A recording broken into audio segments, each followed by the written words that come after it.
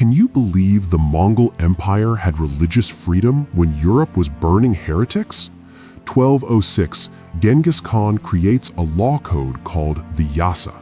It changes everything about how empires work.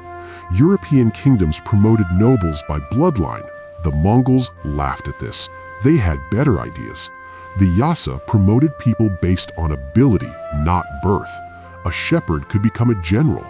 Religious freedom was guaranteed everywhere. Christians, Muslims, Buddhists all lived peacefully together.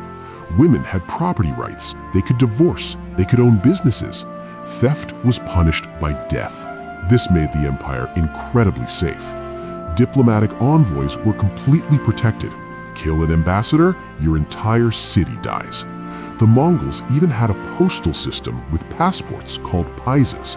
While Europe tortured people for their religion, Mongol cities had mosques, churches, and temples side by side, zero conflict.